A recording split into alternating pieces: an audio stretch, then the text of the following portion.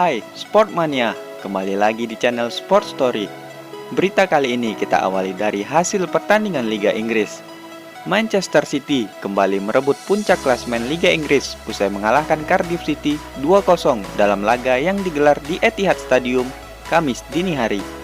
Dengan hasil ini, City menggeser Liverpool dari singgasana dengan unggul 1 poin dari The Reds.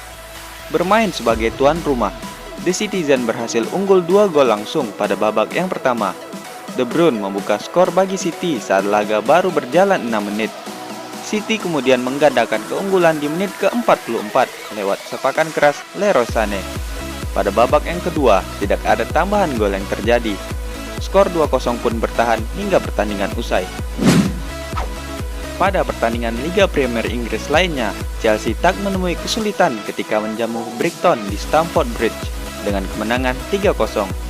Hasil ini membuat Chelsea menjaga peluang mereka untuk tetap finish di 4 besar dengan raihan 63 poin. 3 gol kemenangan Chelsea masing-masing dicetak oleh Olivier Giroud di menit 38, Hazard pada menit 60, dan Ruben Loftus-Cheek di menit 63. Di sisi lain, kekalahan ini membuat Brighton tertahan di posisi 15 dan masih belum aman dari jurang degradasi dengan poin 33. Pada lanjutan La Liga, Real Madrid mengalami kekalahan pertama setelah kembalinya Zinedine Zidane. Bermain di Mestalla, kandang Valencia, Los Blancos harus takluk dengan skor 2-1 pada Kamis dini hari. 2 gol kemenangan Valencia dicetak oleh Gonçalo Guedes di menit 35 dan Ezequiel Garay di menit 83. Madrid hanya mampu membalas melalui gol hiburan dari Benzema pada masa injury time. Kekalahan ini membuat Madrid bertahan di posisi 3 dengan poin 57. Sedangkan Valencia naik ke peringkat 5 dengan perolehan poin 46. Tottenham Hotspur kini resmi memiliki kandang baru. Klub asal London Utara itu telah melakoni laga pertama di stadion baru milik mereka kala menjamu Crystal Palace dalam laga lanjutan Premier League. The Lilywhits mengawalinya dengan positif lewat kemenangan 2-0 berkat gol Son Heung-min dan Christian Eriksen. Stadion yang dinamakan Tottenham Hotspur Stadium itu memiliki kapasitas 62.000 penonton. Proyek ini sendiri menghabiskan dana hingga 850 juta pound sterling atau sekitar 15,89 triliun rupiah. Selain digunakan untuk pertandingan sepak bola, stadion ini juga diperuntukkan dalam menggelar pertandingan rugby NFL. Pelatih Chelsea, Maurizio Sarri, tampaknya menemukan kesulitan dalam menentukan formasi yang tepat bagi timnya. Sarri kebingungan menyusun formasi karena memiliki banyak pemain dengan gaya bermain yang sama, terutama pada posisi sayap kiri. Dilansir dari laman resmi Chelsea, pelatih asal Italia itu mengaku bingung karena memiliki pemain-pemain hebat di posisi sayap kiri. Ia memiliki Hazard dengan kemampuan terbaik di sisi kiri. Willian juga memiliki permainan terbaik di sisi kiri. Yang terbaru, Chelsea memiliki pemain muda berbakat di posisi tersebut pada diri Callum Hudson-Odoi. Namun, Sarri berharap Hudson-Odoi dapat beradaptasi pada posisi sayap kanan seperti yang ia lakukan ketika laga melawan Brighton, karena sang pelatih percaya Odoi dapat berkembang lebih jauh lagi.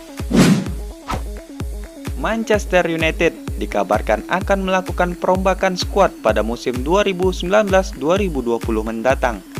Solskjaer yang telah resmi menjadi manajer permainan United kabarnya sudah mulai memilih siapa saja pemain yang akan dipertahankan dan dibuang dari skuad yang ada. Bahkan, 6 nama disebut-sebut akan dilepas oleh The Red Devil. Dikutip dari Daily Mail, dari 6 nama yang akan dilepas, 4 diantaranya adalah pemain yang berposisi di lini pertahanan. 4 bek tersebut yakni Anthony Valencia, Matteo Darmian, Marcos Rojo, dan Eric Bailly, di mana Valencia dan Darmian dilepas karena kontraknya yang habis.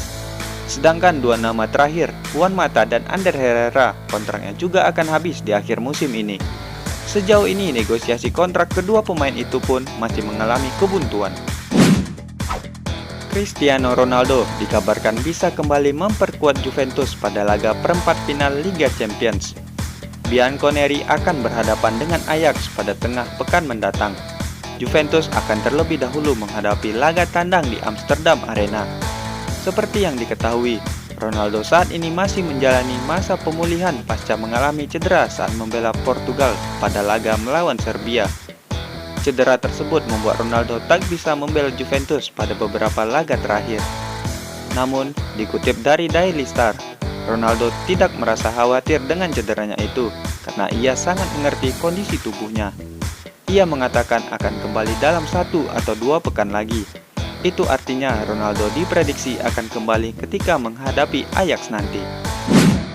Mantan pelatih Manchester United, Jose Mourinho, akhirnya membongkar awal perseteruannya dengan gelandang asal Prancis, Paul Pogba. Seperti yang diketahui, Mourinho memiliki hubungan buruk dengan Pogba di masa-masa akhir kepelatihannya di United yang akhirnya berujung pemecatan dirinya dari klub asal Manchester itu. Dikutip dari Goal, Mo menyebut kejadian bermula saat United tampil di tempat yang hanya 30 km dari Manchester. Ketika itu, Pogba meminta izin untuk pergi sendiri seusai laga. Namun, karena jarak yang terbilang dekat, Mo menyarankan Pogba untuk ikut kembali bersama tim menaiki bus dan meminta supirnya mengikuti hingga Old Trafford. Pogba pun tidak senang atas keputusan Mourinho tersebut dan ia memilih untuk membangkang. Mo berujar pada akhirnya Yang Mulia Pogba pergi dengan mobil Rolls-Royce dan supirnya setelah sesi jumpa pers. Legenda sepak bola Brazil, Pelé dikabarkan dilarikan ke salah satu rumah sakit di Paris pada Rabu pagi lalu. Hal itu terjadi tepat setelah ia berjumpa dengan bintang timnas Prancis, Kylian Mbappe, dalam acara kampanye sebuah iklan pada malam harinya. Menurut laporan radio RMC Sport, Pelé kabarnya mengalami demam tinggi dan merasakan sakit semalaman di kamar hotelnya. Sementara dari laporan CNN menyebutkan Pelé didiagnosa mengalami infeksi saluran kemih. Dari laporan itu, juru bicara Pelé mengatakan jika Pelé telah diberi antibiotik dan dokter memprediksi ia boleh pulang dalam 2 hari ke depan. Mantan pemain Madrid dan Liverpool, Steve McManaman menilai kepergian Ronaldo pada musim panas lalu menjadi awal dari kehancuran Madrid di musim ini. Keputusan Madrid menjual sang mega bintang ke Juventus dianggap sebagai kesalahan besar dari Madrid sebab di waktu yang sama mereka tidak mendapatkan pengganti sepadan dengan CR7. Dikutip dari Marca, McManaman mengakui Florentino Perez melakukan kesalahan karena membiarkan Ronaldo pergi tanpa mencari pengganti yang pas seperti sosok bintang Portugal itu. Efek kepergian Ronaldo pun dapat dilihat dari hasil buruk yang diraih Madrid pada musim ini. Namun, Steve McManaman menegaskan jika ia tidak memiliki masalah dengan Florentino Perez. PT Liga Indonesia Baru atau disingkat LIB sudah menetapkan jadwal kick-off Liga 1 2019 yang jatuh pada tanggal 8 Mei. Penetapan jadwal tersebut sudah disepakati bersama antara PT LIB dan PSSI. Sebelumnya PSSI memang menyebutkan kompetisi Liga 1 akan kembali digelar antara tanggal 2-8 Mei 2019. Dilansir dari Detik Sport, LIB rencananya akan mulai menyurati klub-klub kontestan Liga 1 2019. Setelah penetapan kick-off tersebut, LIB berharap tidak mengalami kendala menyangkut masalah perizinan baik dari pihak kepolisian ataupun BOPI. Mengenai laga pembuka, pihak LIB masih enggan memberitahukannya. Meskipun Persija mengalami kekalahan kala menghadapi Celes Negros dalam lanjutan Piala AFC 2019 di grup G, supporter Persija The Jackmania memberikan contoh yang baik dengan tetap membersihkan stadion lawan seusai laga. Aksi bersih-bersih ini dilakukan The Jack di sebagian sektor Stadion Panaat, Filipina.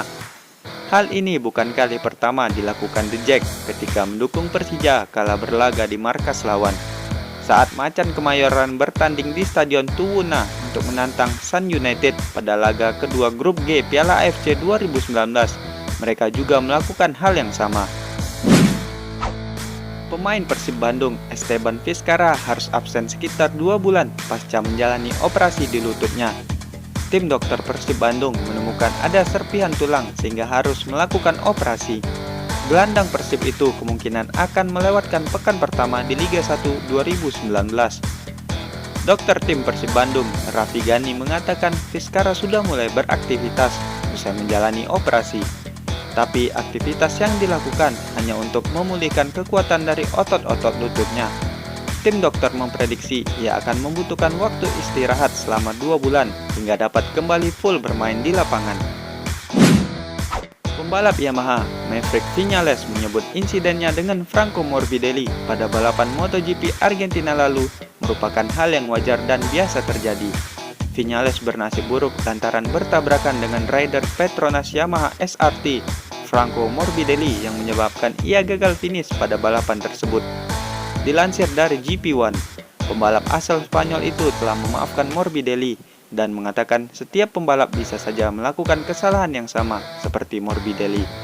Bahkan Viñales mengkhawatirkan kondisi Morbidelli dan berharap dia tidak mengalami cedera yang serius karena kejadian tersebut.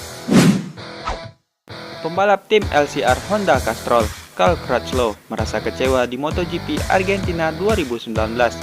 Hal itu lantaran penalti yang diberikan kepadanya karena melakukan jump start.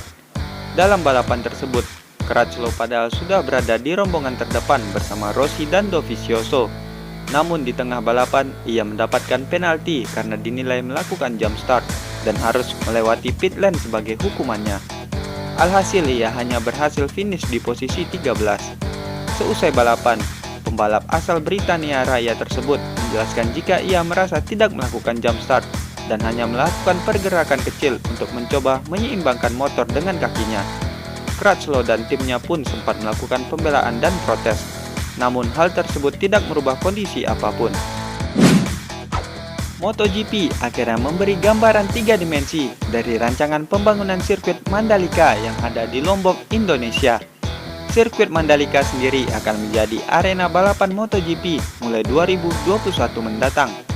Sirkuit ini akan memiliki panjang hingga 4,32 km dan 18 tikungan dengan mengusung sirkuit balapan jalan raya.